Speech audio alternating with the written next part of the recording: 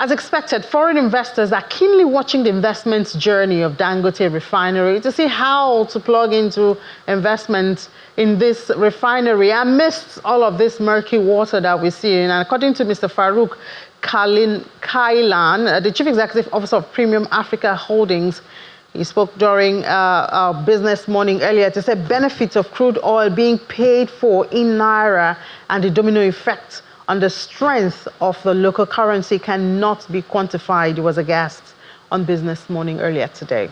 Value chain of petroleum supply.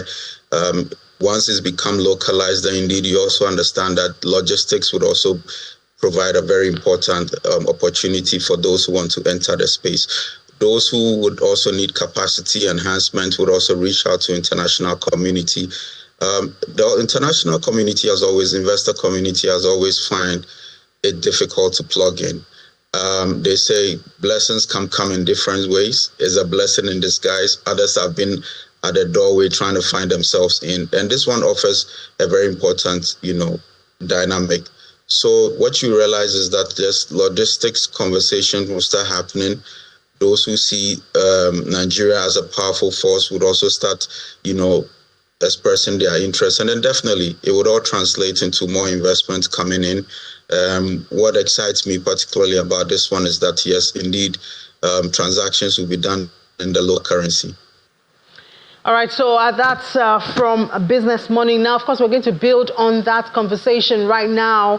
We're speaking to Mr. Majid Dahiru. He's the Executive Director of Makira Global Security Services Limited to tell us some of those, a lot of drama we've been seeing right there. He joins us from our Abuja studio. Mr. Dahiru, good afternoon, and thank you so much for joining us on the program. Good afternoon, and thank you for having me. So tell us about where the consumer is in all of this. We've seen Dangote. Dangote is a business. We're excited that PMS was ready.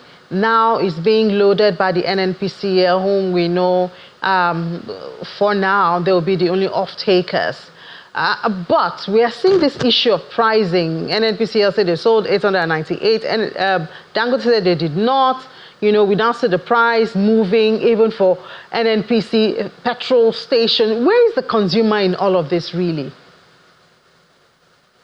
Well, the consumer, contrary to expectations that when you have locally refined products, that the prices might, be crushed below the prevailing market rates. But the reality now is that it's not exactly going to be like that. And it is not a far-fetched reason. This is because the oil and gas industry in Nigeria is deregulated and it is internationalized, if you ask me, to the extent that local entities operate as though they are operating in line with international pricing mechanisms, particularly for the purchase of crude. So Dangote is a commercial enterprise. It has set up its refinery with commercial financing at a cost. It has also purchased crude oil both within and outside Nigeria in dollars. And so all of this is going to factor into his production cost. So the difference between imported, petrol and the one that is refined in Dangote will just be probably freight and insurance. Otherwise, there won't be much difference. And so anybody expecting anything less than what we are seeing today may probably need to understand how the inner workings of the oil and gas industry in Nigeria is since the advent of the PIA. And so for Nigerians, the story remains unchanged because, yes, for a country that is a 30,000 naira minimum wage a month country, you will agree with me that petrol prices at the prevailing rates are way beyond the affordability threshold of Nigerians. And so energy poverty arising from unaffordability of Nigeria's most utilized energy product, which is petrol, will prevail for a longer time than we expect. Otherwise, it's heartwarming. It is, a cheery news that for the first time in about 3 decades, we have the capacity to refine locally, even though it's by a private entity. That is a milestone. At least that will guarantee availability. But affordability is another ballgame entirely because, again, Dangote is a commercial enterprise. Yes. It's a business. Yes, Mr. Dairu. Mr. Dairu. Profit-oriented enterprise. Yeah, Mr. Dairu, a lot of Nigerians are also excited. I mean, even personally, we're happy that we have a local refiner. But, when you look at the sentiment around what has been going on since Dangote started the production of petrol, first they started and they said they were waiting for NNPC to come and, offload. Now, NNPC takes up, and then we are having the controversy of how much they bought and how much they did not buy, how much will be sold to the people, to the consumers.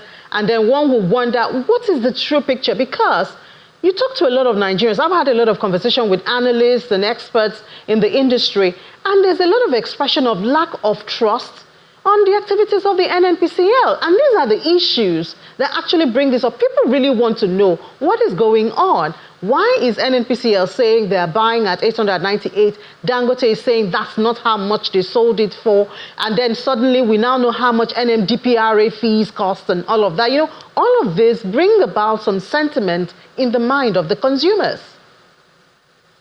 The current entanglement between the NNPC and Dangote refineries gives an impression of a marriage that is forced by forces beyond the control of both entities.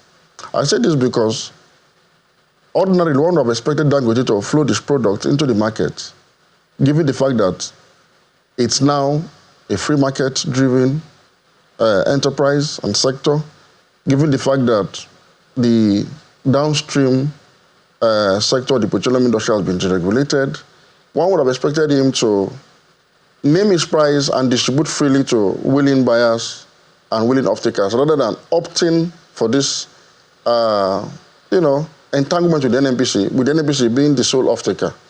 I think it's a marriage of inconvenience, and it's now throwing up, speculations, if not conspiracy theories, about what exactly is behind or responsible for this kind of arrangement, even when Nigerians are going to buy this product at a higher price coming from a local refinery. So I think that what is wrong with this whole arrangement is this idea that NNPC is going to be the sole off-taker. Well, the NNPC, which initially said that Dangote was free to distribute to all other willing buyers, eventually has become the sole off-taker. And they've named the prices at which they actually bought the product from Dangote, which is quite, for me, is a good move towards transparency and openness. So if the Dangote refinery is disputing the claim by the NNPC, I think the best thing would be to actually name their own price, their pricing template, at which they show to the NNPC. I think that will just clear the air and it will reduce the controversy around the pricing. I don't think this would have generated this level of controversy. All that Dangote needs to do is to simply say, look, we sold at social price to NNPC. If the price that NNPC has stated is quite different from what, in its own estimation, is the case. So I don't think that that's much of a controversy. What I think should be done is for the Dangote refinery or its promoters to come out clearly and state the price at which they sold to the NNPC when they started lifting yesterday. All right, and then the other thing is, we all know, it's no longer a secret that there's been the subsidy element, whatever name it's being called. Nigerians were not paying for petrol at the pump at the price that it would have cost. We do know there was an intervention by the government, and we did hear the Federal Executive Council, I think a subcommittee, also meeting to determine the price. So I'm thinking now that the NNPC is saying it's going to cost at least 955 naira for a litre, is the subsidy element out? That is what we don't know yet. I'm sure the NNPC too will have to also be forthcoming on that.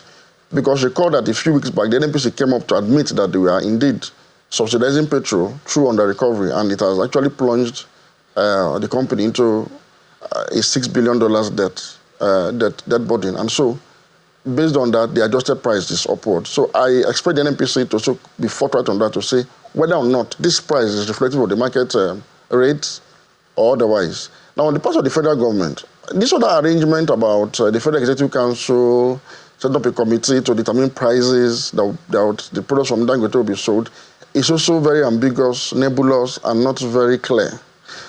if the government wants to subsidize petrol, given the social consequences of the high price of petrol in Nigeria and even its economic impact, the government also should come out clearly and state it as that. And there's nothing wrong with subsidy.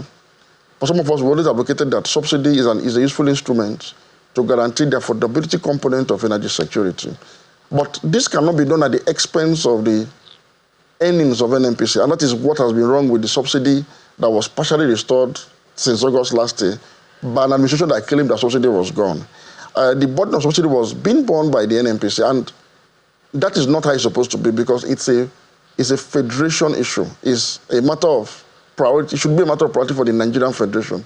So if the government intends to subsidize PMS, be it imported PMS or the one that is locally refined from Dangote refineries and another, refineries operating in Nigeria, the government must make an appropriation for that.